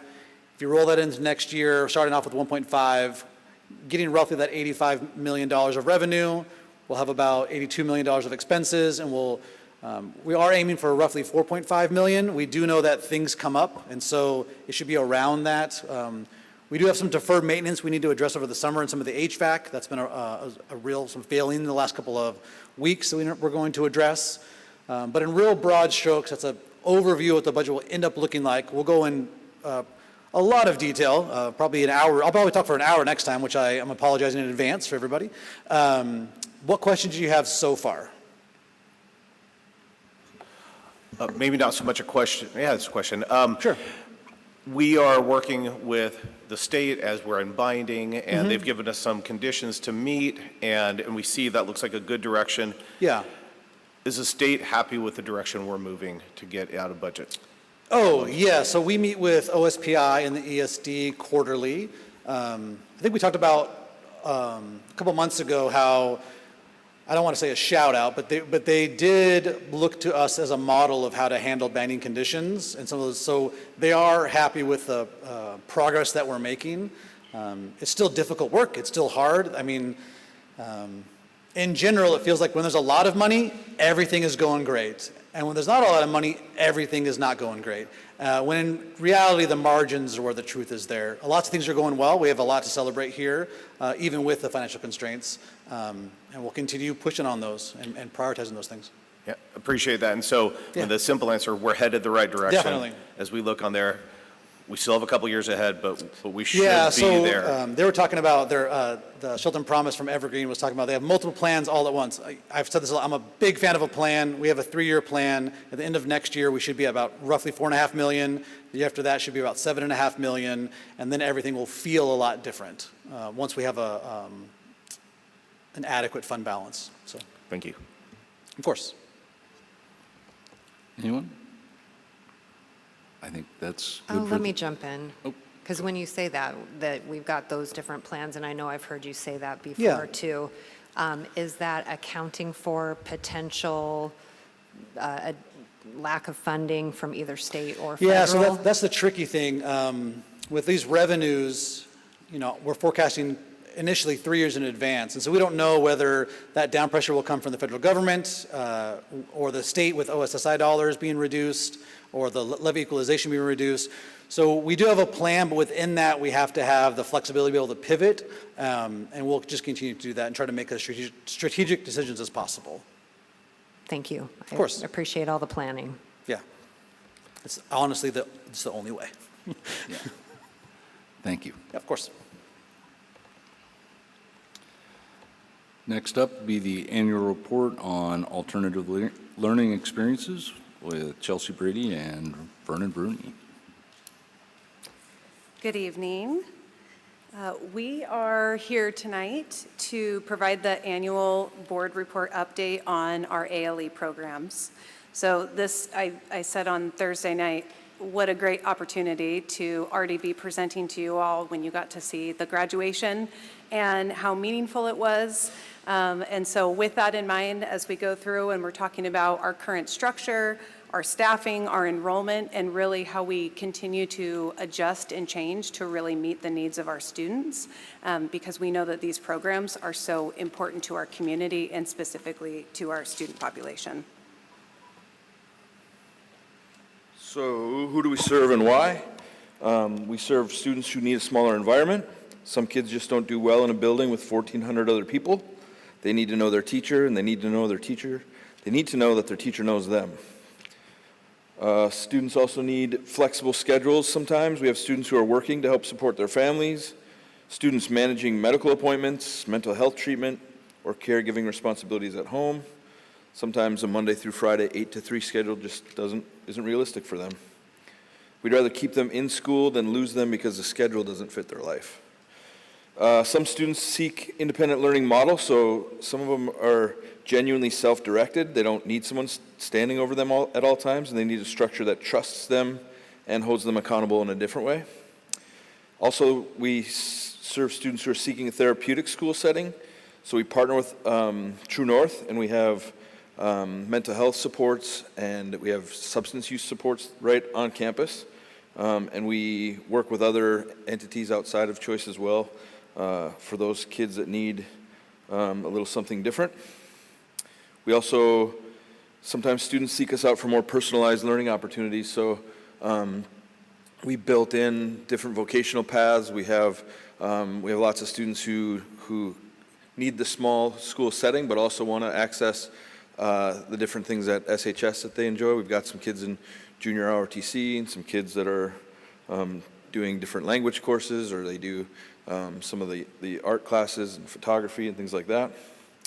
And then our last thing is that we serve students who are recovering credits. So students that might have hit the wall, had a hard year or a hard season of life and fell behind. They're not failures, they're just people who need a re-entry point and someone who believes that they can still finish. And that's what we do. So with that in mind and knowing those are the needs in the community, we've really realigned and got ourselves set up to be able to serve in those different models. So this is what it currently looks like. You'll see that there's an asterisk next to some of these numbers. I'll explain why. So right now in our middle school, we have about 30 students that attend every day, and we have 2 middle school teachers. So we have about 15 students in each classroom. In Choice High School, attending our day program, we have about 80 students that attend, and we have 4 high school teachers. We have our Choice hybrid re-engagement, so that means we have some online opportunities, and we also have some flexible coming in just a couple hours a day, working one-on-one with a teacher. Within that model, we have about 60 students, and we have 1.5 teachers. The other 0.5 of that teacher, you can see, serves Open Doors. So right now, we have 118 students that are enrolled in our Open Doors program. They amazingly had 33 students, by the way, graduate on Thursday night. It's awesome. And 2 more finished up their credits today, so very successful. Within Open Doors, we have 2.5 teachers that are serving that program. So our total head count within Choice is 290 students, but as you can see, because we have so many different needs, we set ourselves up to be able to serve those students in a variety of ways. So we don't ever have 290 in the building at one time. We also have, given the needs in the building, we have a multilingual teacher that comes over and serves some of her day. We have a special education teacher that serves both Open Doors and Choice. We have a full-time counselor. We also have True North Mental Health and True North Substance Use. So we have really invested in Choice. We know how important this school is to our community and to our students, and tried to really align our staffing and services to meet the needs that we have. So these are student outcomes, and I think that number, 90%, was from 2025, 9th grade on track. And when I first got here, that number was in the teens, actually. And so every year I've kind of tried to ramp it up, and we wrap ourselves around that 9th grade group. This year we graduated 24 kids from Choice, and 5 of them were accepted in Evergreen Shelton Promise. And then you can see the number of Open Doors graduates this year for the first time outpaced the number at Choice. And so that's a big number that I'm really proud of. And like we mentioned, 2 more crossed the finish line today. So a lot of those kids graduate at different times through the year based on when they finish their requirements. And then you see that we've also acquired the Gravity program in order for us to be able to study for and give the GED tests. And the reason that took place was because we opened Open Doors, and suddenly there wasn't as big of a need for Gravity, and we had, instead of having 2 different entities, Gravity came to us. It's run by the ESD, and said, why don't we work together? I said, yeah, that's great. So what happens a lot of the times is that if a kid's studying for the GED, they realize that they're able to get mastery credits when they pass one of the tests. So as they're gaining high school credits along with the GED, many of them say, well, if I'm getting this many credits, let's just finish it out. So most of them stay and get their diploma. So it's been a really cool thing.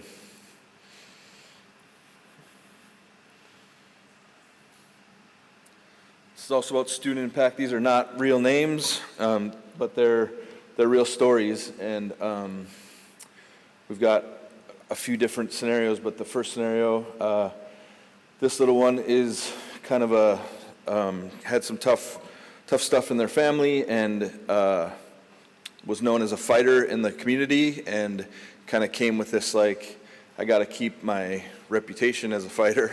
And so got into some trouble and had, plenty of things go wrong. But she was involved with our middle school with Miss Karen, and then we had her working with another legend at Choice with Miss Carrie Fennell. And she has been going through different stages and different things, but she's re-engaged, and she achieved 6.5 credits as a freshman this year. And I just heard today that she just mentioned that she wants to go to college and she wants to become a social worker and work with homeless people. So that's her new goal. The one you see in the middle, this guy I met when I try to visit the juvenile detention center every week because I'm also the principal of Juvie School, it's sometimes known as, but the Mason County Juvenile Detention Center.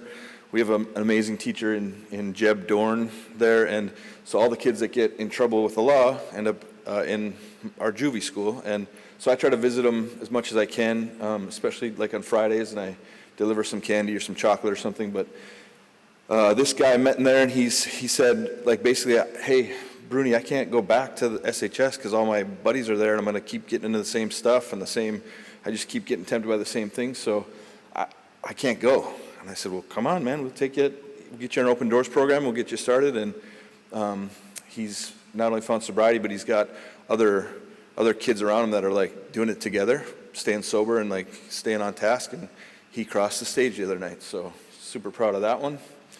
And then, yeah, it's really cool, yeah, for sure.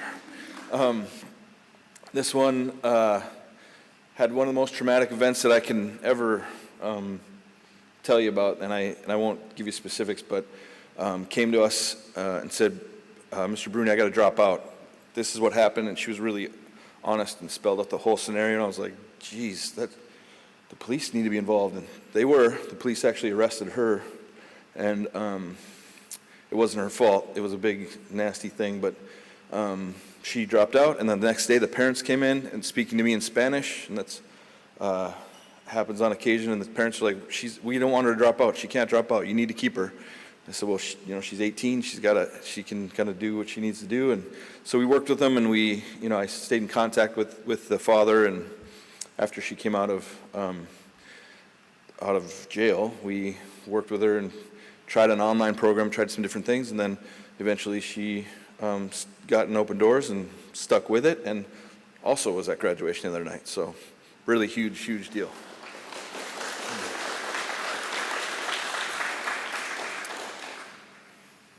Every student that walked across the stage has a pretty amazing story, and I've told Bernie a couple times, his speech really speaks to the situation. I mean, that is the importance of having these programs in our community and why we continue to invest in them, and we're really seeing the outcomes and the impact.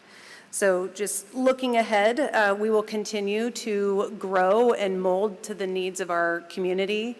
We're going to continue to align to the SHS schedule. So our Choice High School next year will be on the same bell schedule. They'll also be attending 5 days a week.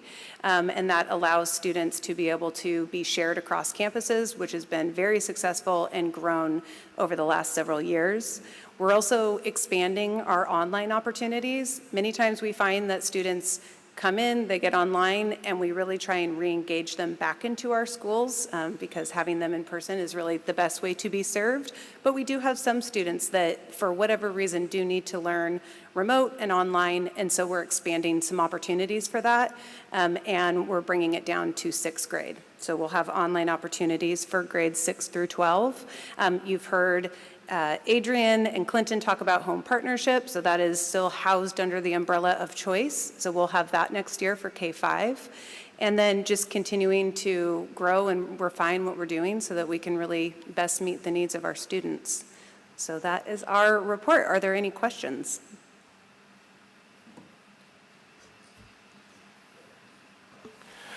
I just want to say thank you. This is such a vital piece of education in Shelton. It has been for a really long time. What is impressing me as I've got to tour and hear more reports is how you adapt to what is needed now. Paying attention to the needs and maybe a shifting culture and running after with that Open Doors program. And to hear so many of them walked across that stage on Thursday, getting to be there is extremely inspirational. I recommend anybody attend Choice Graduation. But we appreciate all the work and all the teachers and that you've given students an opportunity not to fall behind, but to actually stay up and to get ahead. So thank you. Yeah. Thank you. You know, initially I was going to say the flexible schedule seems so foreign to most of us who went through public school, where it was our lives adapted to school. It wasn't the other way around. And to see the success stories that you guys have out of that school is inspiring. So thank you for working as hard as you do to make that work for our students that really need that extra help. Thank you. Yeah, I was going to say the same thing. It's incredibly inspiring. And listening to your speech, you're at both Choice and Cedar, very inspiring. And then to see those students come across. And tonight, you're even sharing more that I wasn't aware of, that you were doing these things with juvenile detention. And it's really, I mean, it's very touching. It's, you know, incredible how much of your life you are putting into reaching out to these students in this community and giving them opportunities that maybe they had thrown away. I wrote it down. I love the fact that you said you're not a failure. This is a re-entry point. And for so many, that's what they need to hear. This isn't just a failure and you're done, but you can come back and you can actually find where you might thrive. So really incredible. I love seeing the actual stories too, because it really is amazing. And I think that is not always known, just how much or what some specific struggles are that some of our students really do overcome to get their education. So thank you very much for telling us about the program, about the Open Doors and how that has grown. I am curious because you mentioned Gravity, and I know they used to have an office at the Transit Center. Is that now within Choice, or it's just totally different now? Yeah, so there's still a Gravity program in Olympia, but what we did instead is just partner with them. We shared some resources and curriculum. They provided some training for us, and so we offer the GED now within our own Open Doors program. Okay, great. Yeah. Thank you for that clarification too.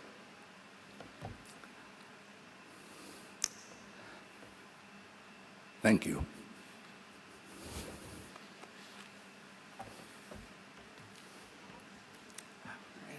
Thank you.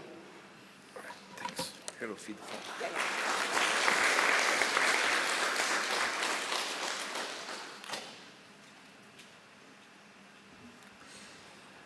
Okay, has everybody had a chance to check the consent agenda?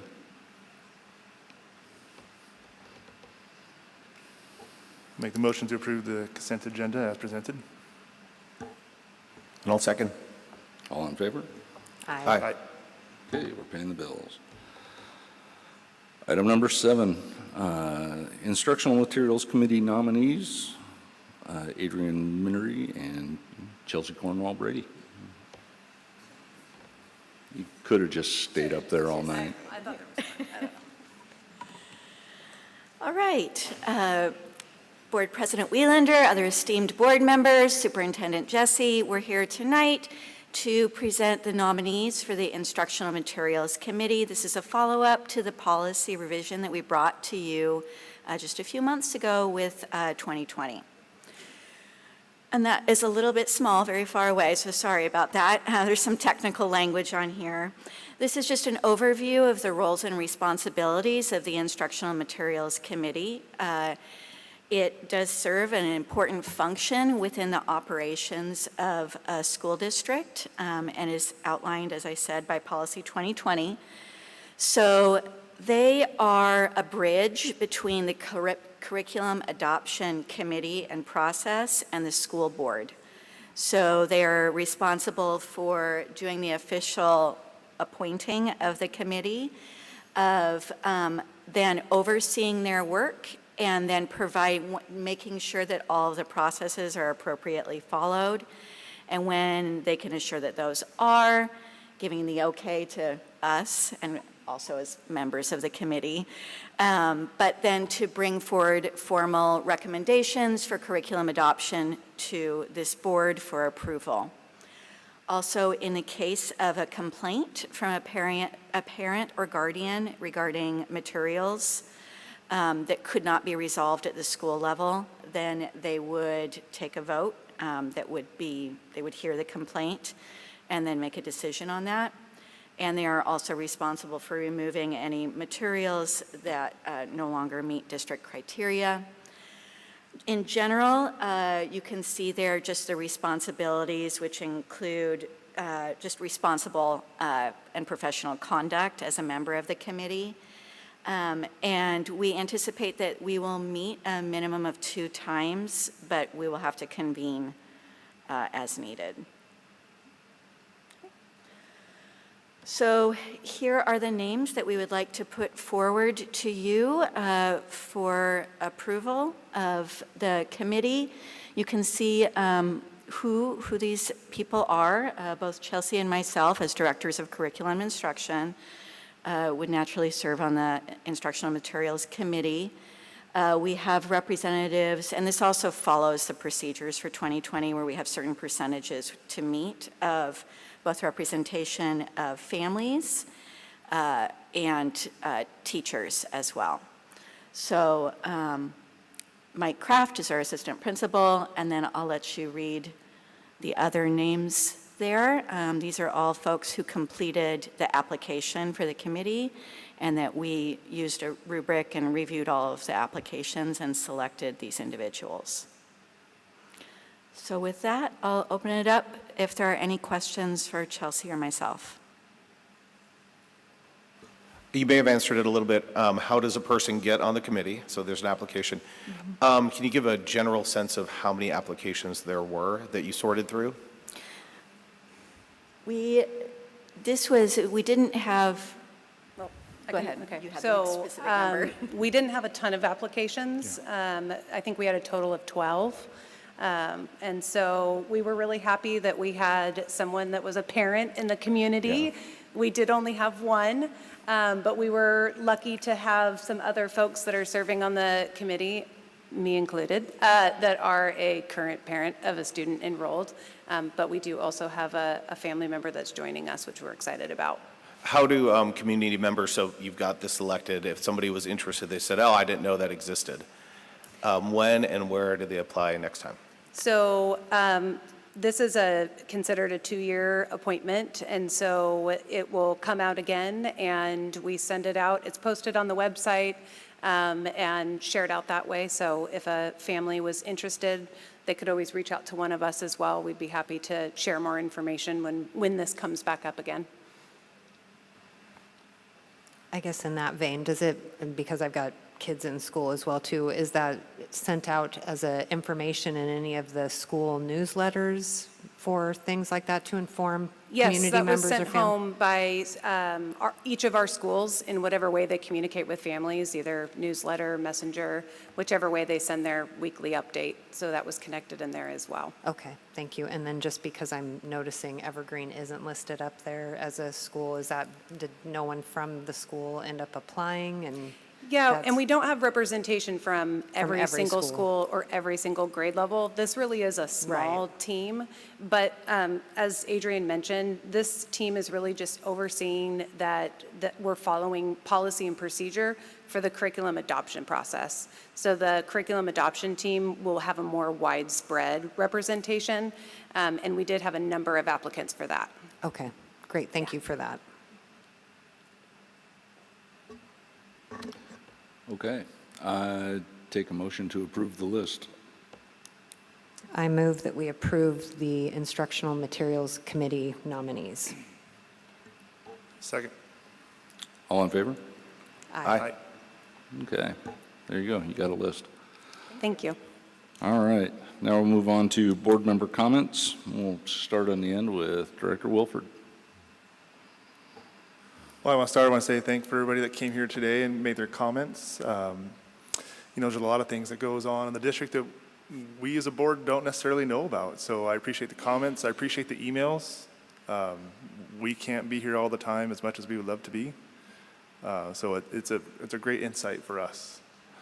This is my first time as a board member going to graduations. I didn't make it the choice, unfortunately, but I did go to Cedar, and I got to listen to Alan, our former student rep, speak as a valedictorian, and he did an amazing job, as we all expected. And then I was at the SHS graduation, which I'm told the teacher that gave his speech is going to be hard to top. If you were there, you know.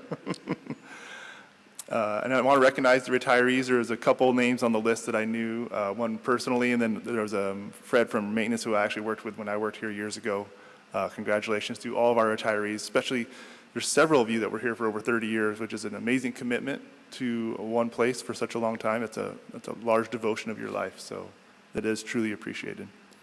Thank you. Yeah, I'll just echo what a great week with all the graduations and award ceremonies. Choice graduation was incredible, and we just heard from that, but to watch people walk across that stage that maybe at some point in their high school journey thought that wouldn't happen. So that was amazing. I didn't make it to Cedar, but I know that was a great evening. A giant shout out to everybody who put together the Shelton High School graduation. It ran so smooth, and it was honoring to the students. The class speakers were incredible, and they did a great job getting up there.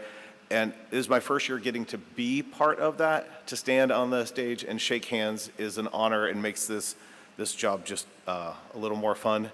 I appreciate that. Congratulations to all the graduates, and congratulations to all the teachers retiring. Thank you for the many years of service. I'll say community comments, when you get 4 pages, if I'm being honest, can be nervous.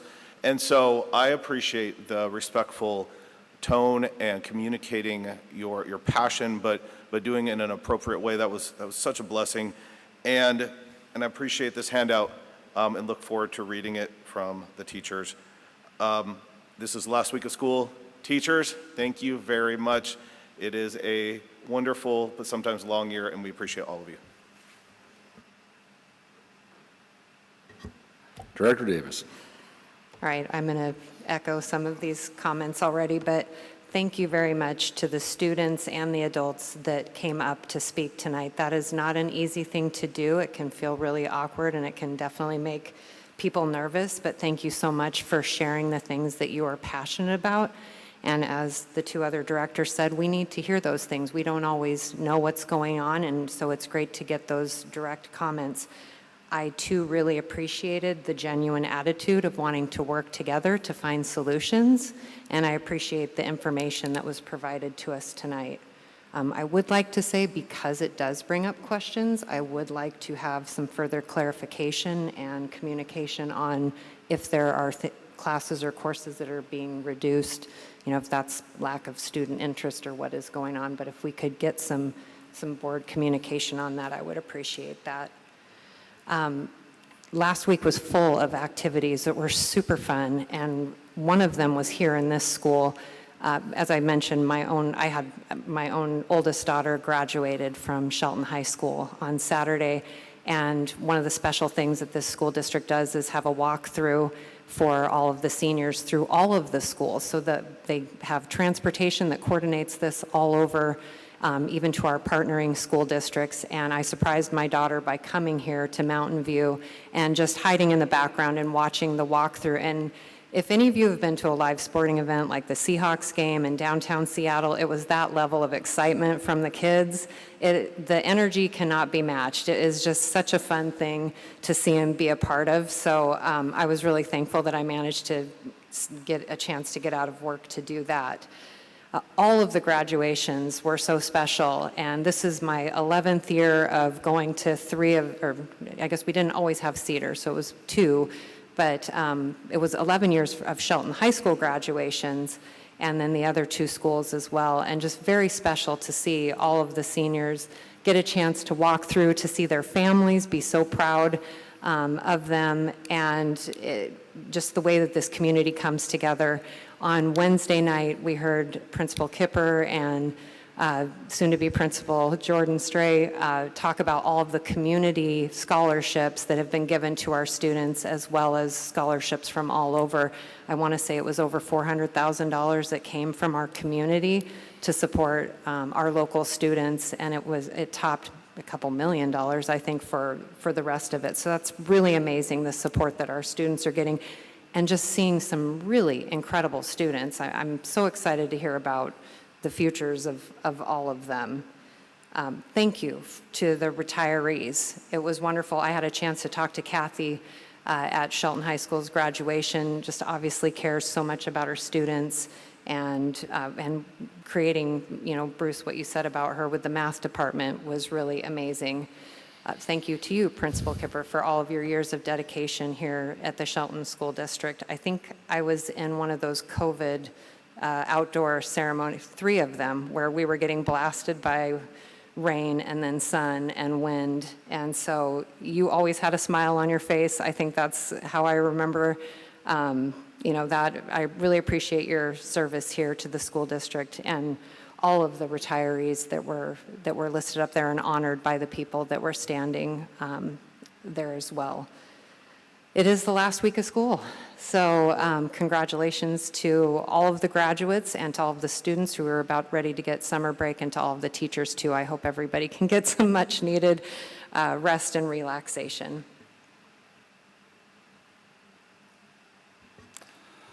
Hi, my name is Matthew, and I am a recovering band geek. I took tonight fairly personally. I was in the music program from Mountain View all the way through Shelton High School. In my years there, we had between 1 and 3 music teachers, depending on the day or the year, the level of enrollment, the amount of financial ability of the school district. I can tell you that in my time on the board, we've spent $600,000 on instruments. I have gone to concerts every year. I do go to plays when I can. I've seen our own band be big and good, and I've seen our band not be able to hit a note with a shotgun. We are not taking the performing arts lightly. I personally know what it will do for you. The whole reason that people can't get me to shut up is the hours that I spent on stage. I've sang, I've danced, I've played multiple instruments, including learning the tuba because we didn't have somebody to play one in a parade. I've had bands I've played in bands that were 8 people. We actually got Mankey Lumber to paint a trailer for us so we could ride on the back of it in Forest Festival because we didn't have enough people to march and we would have looked stupid. We are here for the arts. It is a continual investment. The number waxes and wanes every year. We've had the argument before. We've heard it from other teachers. Conversely, right now, our administrative staff in the building downtown is a skeleton crew. Folks down there are doing a couple of jobs each. They're not fully staffed. We're well below the average. The average, last I heard, was about 8% should be admin. We're sitting at about 2 to 3 when I asked the other day.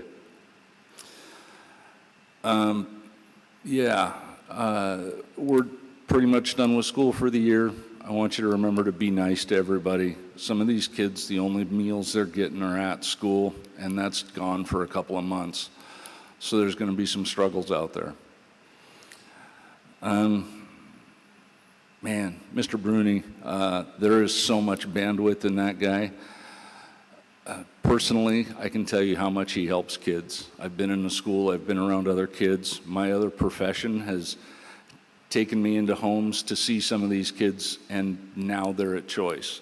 I've pointed struggling parents to Mr. Bruni personally. And if you've ever watched him walk around, to know that he has chased kids across a parking lot to make sure they get back into class, I don't know. I could ramble on for hours after tonight's meeting. I promise you I won't, and I will end with, have a very safe summer and be nice. Thank you. With that, I would take a motion to adjourn. I motion we adjourn. Second. All in favor? Aye. Aye. All right.